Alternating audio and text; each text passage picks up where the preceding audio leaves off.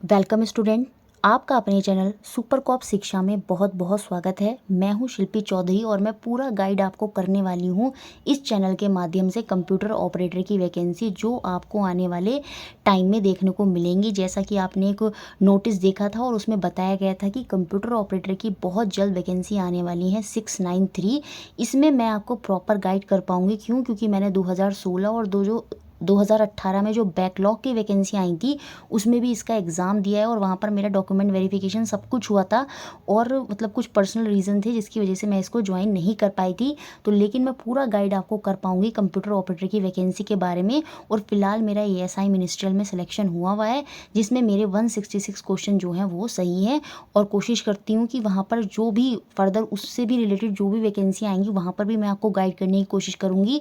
और टाइपिंग कैसे करनी है, टाइपिंग का एक्सपीरियंस क्या है, वो आपको हेल्प मिलेगी कंप्यूटर ऑपरेटर में भी। और किसी भी एग्ज़ाम में जहाँ पर टाइपिंग आती है पुलिस से रिलेटेड, तो इस चैनल से जुड़े रहिएगा। आपको बहुत सारी इन्फॉर्मेशन फर्दर इस चैनल के थ्रू मिल जाएंगी, चाहे वो एएसआई से संबंधित हो, चाहे वो आपकी कंप्यूटर ऑपरेटर से संबंधित हो या फिर स्टेनो से संबंधित हो। सारी जानकारी आपको इस चैनल पर मिलेगी। तो अभी का अभी इस चैनल से जुड़ जाइए। चैनल का नेम है सुपर कॉप शिक्षा। अभी के अभी इस चैनल को सब्सक्राइब कर लीजिए। देखिए, सबसे पहले हम बात करेंगे कि इसकी वैकेंसी जो है वो आपको कब तक देखने को मिलेगी। फिर हम बात करेंगे कि एलिजिबिलिटी क्राइटेरिया क्या है, सिलेबस क्या है, एग्ज़ाम का पैटर्न, सैलरी, जॉब प्रोफाइल, पूरी कंप्लीट इन्फॉर्मेशन कंप्यूटर ऑपरेटर की जो जॉब होती है उसके बारे में मैं आपको देने की कोशिश करूंगी। देखिए, वैकेंसी की अगर मैं बात करूं तो ये जो वैकेंसी है आपको अगस्त तक देखने को मिल जाएगी। अगस्त में इसका नोटिफिकेशन आपको देखने को मिल जाएगा। बाकी जो एग्ज़ाम है वो थोड़ा सा दिसंबर के ही अप्रॉक्स में वहाँ पर जाकर पहुँचेगा। तो अच्छा खासा टाइम है। जो बच्चे इस वैकेंसी को लेकर सीरियस हैं तो वो अभी से लग जाइए, क्योंकि ये वैकेंसी बहुत अच्छी है, बहुत अच्छी अपॉर्चुनिटी है। 2400 ग्रेड पे की नौकरी है, ग्रेड ए की जॉब है। सीधा हेड कांस्टेबल आप जो है इसके थ्रू बन जाएंगे। थानों में आपकी पोस्टिंग होगी जहाँ पर आपको जो एफआईआर वगैरह फाइल करनी होती है, जितना भी कंप्यूटर वर्क होता है थानों का, वो बेसिकली कौन करते हैं, वो कंप्यूटर ऑपरेटर करते हैं। और अच्छी खासी रेपुटेशन जो है वो उनको मिलती है। और 2400 ग्रेड पे की ये आपकी नौकरी है। आगे हम देखेंगे कितनी अप्रॉक्स सैलरी जो है वो आपको इसमें मिल जाएगी। ठीक है, तो वैकेंसी मैंने बताया अगस्त तक आने के पूरे पूरे चांसेस हैं। अब हम आगे बात करेंगे इसकी एलिजिबिलिटी क्राइटेरिया जो आपको 693 वैकेंसी देखने को मिलेंगी। इसमें एलिजिबिलिटी क्राइटेरिया, एजुकेशन क्वालिफिकेशन क्या है। देखिए, दो तरह के स्टूडेंट कंप्यूटर ऑपरेटर का फॉर्म जो है वो भर सकते हैं। सबसे पहले वो स्टूडेंट आएंगे जिनके पास ओ लेवल है।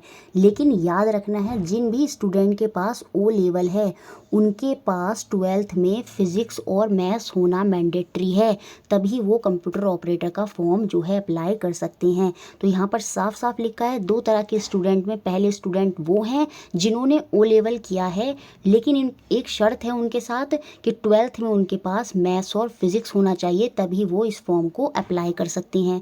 दूसरी तरह के कौन से स्टूडेंट इस फॉर्म को अप्लाई कर सकते हैं, उनको पहले से कोई मतलब नहीं है।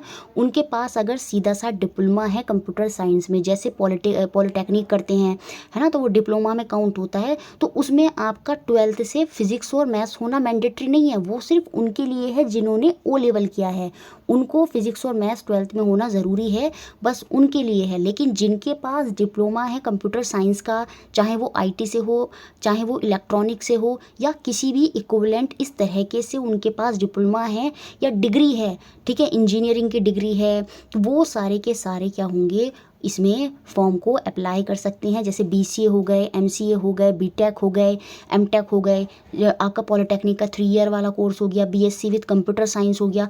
तो ये वाले जो स्टूडेंट्स हैं वो इस कैटेगरी में आएंगे और उनका जो 12th है वो फिजिक्स और मैथ्स होना मैंडेटरी नहीं है, तो वो डायरेक्ट इसको फॉर्म को अप्लाई कर सकते हैं। तो आपको समझ में आया होगा दो तरह के स्टूडेंट कौन है। तो जो ओ लेवल वाले हैं उन्हीं को मैंडेटरी है कि उनके पास मैथ्स और फिजिक्स होना चाहिए, या ओ लेवल के समकक्ष अगर उन्होंने कोई कोर्स किया है तो उनको 12th जो है वो मैथ्स और फिजिक्स से होना चाहिए। लेकिन जिन लोगों के पास डिग्री है, जिन्होंने 3-3 साल के पूरे कोर्स किए हैं, डिग्री की है, अपना इंजीनियरिंग की है, तो उन लोगों को आपका 12th में फिजिक्स और मैथ्स होना मैंडेटरी नहीं है। तो इस तरह से दो कैटेगरी के जो स्टूडेंट हैं वो इस फॉर्म को अप्लाई कर सकते हैं। जैसे मेरे पास बीसीए था लेकिन मेरे पास फिजिक्स और मैथ्स भी था। अगर मेरे पास फिजिक्स और मैथ्स नहीं भी होता तब भी मैं इस फॉर्म के लिए एलिजिबल हो जाती। क्यों? क्योंकि मेरे पास डिप्लोमा हो जाता पूरा एक कोर्स होता था कंप्यूटर साइंस में, और उसके केस में इन्होंने नहीं बोला है कि आपके पास फिजिक्स और मैथ्स होनी चाहिए। इस चीज़ों को मैंने बार बार रिपीट करा है, क्यों? क्योंकि बच्चों को सबसे ज़्यादा इसकी एजुकेशनल क्वालिफिकेशन में ही डाउट है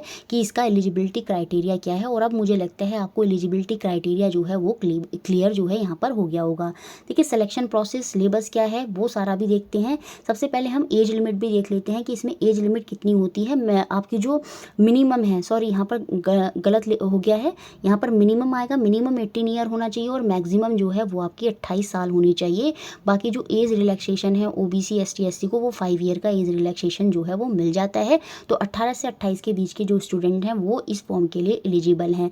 सिलेक्शन प्रोसीजर इसमें क्या होता है एक बार हम पहले ये देख लेते हैं, उसके बाद हम देखेंगे सिलेबस क्या है। ठीक है, सिलेक्शन प्रोसीजर जो होता है वो इसमें सबसे पहले आपका रिटन एग्जामिनेशन होगा 200 मार्क्स का, और मैं बताऊंगी आपको अभी आगे कि किस तरह से 200 मार्क्स में क्या क्या आता है और कितने क्वेश्चन का होता है, क्या नेगेटिव मार्किंग होती है, वो सारा भी हम आगे देखेंगे। ठीक है, तो सबसे पहले आपको एक 200 मार्क्स का रिटन एग्जाम देना होगा, मेन वही है। फिर आपकी कंप्यूटर बेस्ड टाइपिंग टेस्ट होगा, और टाइपिंग टेस्ट बहुत ही सही टाइपिंग टेस्ट होता है। 85% एक्यूरेसी के साथ आपका टाइपिंग टेस्ट होगा इंग्लिश और हिंदी का। इंग्लिश में जो है वो आपकी 30 वर्ड पर मिनट की स्पीड, और हिंदी में 25 वर्ड पर मिनट की स्पीड जो है वो आपको लानी होगी। तो यहाँ पर रिटन एग्जाम के बाद आपका एक टाइपिंग टेस्ट होगा। उसके बाद आपका वेरिफिकेशन ऑफ डॉक्यूमेंट हो जाएगा। देखिए, जैसे एएसआई मिनिस्ट्रियल में डॉक्यूमेंट वेरिफिकेशन पहले होता है, इसमें ऐसा नहीं होता। इसमें एग्जाम के बाद टाइपिंग होगी और फिर जाके डॉक्यूमेंट वेरिफिकेशन होगा। देखिए, जो एएसआई मिनिस्ट्रियल अदर पोस्ट हैं उनमें आपका हाइट, वेट, ये सारी चीज़ें भी मेज़र करी जाती हैं, मतलब एक फिजिकल स्टैंडर्ड टेस्ट भी होता है। लेकिन कंप्यूटर ऑपरेटर में कोई फिजिकल स्टैंडर्ड टेस्ट नहीं होता। मतलब जो भी बच्चे एएसआई मिनिस्ट्रियल में अगर हाइट से बाहर हुए हैं तो वो कंप्यूटर ऑपरेटर में अप्लाई कर सकते हैं। क्यों? क्योंकि यहाँ पर कोई भी फिजिकल स्टैंडर्ड टेस्ट नहीं होता। सिंपल टाइपिंग करने के बाद आपका डॉक्यूमेंट वेरीफाई होते हैं, ये बात आपको अच्छे से याद रखनी है। और एक बात और याद रखेंगे, अभी मैं बता देती हूँ, रिटन एग्जाम जो होगा उसमें कोई भी निगेटिव मार्किंग नहीं होती, और एक क्वेश्चन जो है वो आपका 1.25 मार्क्स का यहाँ पर आपको देखने को मिलेगा। तो सिलेक्शन प्रोसीजर पूरा समझ में आ गया होगा। सबसे पहले रिटन एग्जाम होगा, फिर आपकी टाइपिंग होगी, और फिर आपका डॉक्यूमेंट वेरिफिकेशन हो जाएगा, और फाइनल में जो है आपकी सिलेक्शन जो लिस्ट है वो निकल कर आ जाएगी। उसके बाद हम सिलेबस के पैटर्न की बात कर लेते हैं। देखिए, सिलेबस आपको वेबसाइट पर भी मिल जाएगा, लेकिन अभी मैं आपको सिलेबस का पैटर्न बता देती हूँ। जो मैंने आपको बताया कि 200 मार्क्स का जो पेपर आपका होने वाला है उसमें क्या क्या आने वाला है। सबसे पहले जनरल अवेयरनेस के 40 क्वेश्चन, जिसमें आपका पूरा हिस्ट्री, ज्योग्राफी, करंट वगैरह सारा सब कुछ इंक्लूड हो जाएगा। तो वो 40 क्वेश्चन होंगे। अब देखिए, एक क्वेश्चन यहाँ पर 1.25 मार्क्स का होता है, जिसकी वजह से उनके मार्क्स क्या बन गए, 50 नंबर बन गए। ठीक है, तो 1.25 का एक क्वेश्चन आपका यहाँ पर होने वाला है, कोई निगेटिव मार्किंग आपकी नहीं होगी। फिर आपका अर्थमेटिक, मतलब वही न्यूमेरिक वाला सेक्शन हो जाएगा, मैथ्स वाला सेक्शन हो जाएगा। वहाँ पर भी आपको इसके 40 क्वेश्चन देखने को मिलेंगे, और साथ में इसमें रीजनिंग के भी क्वेश्चन होते हैं। तो मतलब आप 40 में से ये मान सकते हैं 20 क्वेश्चन आपके मैथ्स के होंगे, और 20 क्वेश्चन क्या हो जाएंगे, आपके रीजनिंग के हो जाएंगे। और उसके अलावा जीएस। देखिए, एएसआई मिनिस्ट्रियल में हिंदी भी आती है, यहाँ पर हिंदी नहीं आती, ये बात आपको ध्यान में अच्छे से रखनी है। मेन है यहाँ पर कंप्यूटर एप्टीट्यूड। देखिए, जो अदर पोस्ट हैं उनमें कंप्यूटर का वेटेज इतना नहीं है, लेकिन कंप्यूटर ऑपरेटर में कंप्यूटर एप्टीट्यूड का वेटेज बहुत ज़्यादा है। 80 क्वेश्चन आने हैं 100 मार्क्स के, मतलब 50% वेटेज तो आपका कंप्यूटर ही रखेगा। तो यहाँ पर आपको कंप्यूटर बहुत डिटेल में पढ़ना होगा, और डिटेल में सिर्फ वही पढ़ना होगा जो सिलेबस डिफाइन है। आप यूट्यूब पर देख सकते हैं, बाकी आप कमेंट बॉक्स में चाहते हैं तो मैं पूरा डिटेल सिलेबस आपको कंप्यूटर का बता दूंगी कि किस तरह से तैयारी करनी है। जो भी बच्चा अगर कंप्यूटर नहीं पढ़ेगा तो वो इसमें क्वालिफाई नहीं कर पाएगा, क्योंकि आपको पता है कंपटीशन कितना टफ है। देखिए, बहुत से लोग आपको ना इसका जो कंप्यूटर ऑपरेटर है ना 2016 से कंपैरिजन करेंगे, उससे अब कोई कंपैरिजन नहीं है। जब 2018 में बैकलॉग की वैकेंसी आई थी, उसमें भी फाइनल मेरिट जो थी वो काफ़ी बढ़ गई थी, और वहाँ पर ऐसा नहीं था जैसे यहाँ पर बोला जाता है ना कि 40% जो है वो क्वालिफाइंग है, उसके बाद टाइपिंग के लिए बुलाया जाएगा। तो 40% जिसने भी लेके आया वो सारे के सारे बच्चे नहीं बुलाए जाएंगे, 2.5 गुना ही बच्चे जो थे 2018 की बैकलॉग में बुलाए गए थे। तो ये भ्रम में मत रहिएगा कि अगर बस 40% लिया है तो हम टाइपिंग के लिए जाएंगे, नहीं। ये डिपेंड करेगा कि बच्चों के मार्क्स कैसे आते हैं, उसी के अकॉर्डिंग ये 2.5 गुना 4 गुना बुला लेते हैं। तब 2.5 गुना बच्चे ही बुलाए गए थे, और टाइपिंग में कम से कम 8 महीने का टाइम मिल गया था, और 85 to 90% बच्चे ने टाइपिंग क्वालिफाई कर ली थी, जिसकी वजह से क्या हुआ था, फाइनल मेरिट भी जो थी वो काफ़ी बढ़ गई थी। तो मेरिट अच्छी खासी बढ़ने रहेगी इसमें। तो प्रिपरेशन सिलेक्शन वही लेंगे जो दिल से इसकी तैयारी करेंगे, ऐसी ऐवी हवा में तैयारी इसकी नहीं होगी। तो कंप्यूटर की तैयारी अच्छे से करें। यहाँ पर रीजनिंग और मैथ्स और जीएस ये आपको अच्छे से रखना है, ये बात याद रखनी है। हिंदी इसमें आपकी नहीं आनी है।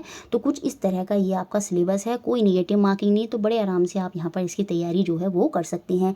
सैलरी की बात करें तो यहाँ पर आपको ये जो है इसका जो ग्रेड पे है वो 2400 हो जाता है, जिसमें आपकी जो सैलरी बनती है वो 20,200 बनती है और 34% ग्रेड इसका 34% डीए लगा लें तो लगभग 8,000 के लगभग 7-8 हज़ार के बीच में आ जाएगा। तो मतलब जो आपको इन हैंड सैलरी है वो इसमें अच्छी खासी आपको 35 से 36 हज़ार के बीच में 100% जो है वो इसमें आपको सैलरी मिल जाएगी।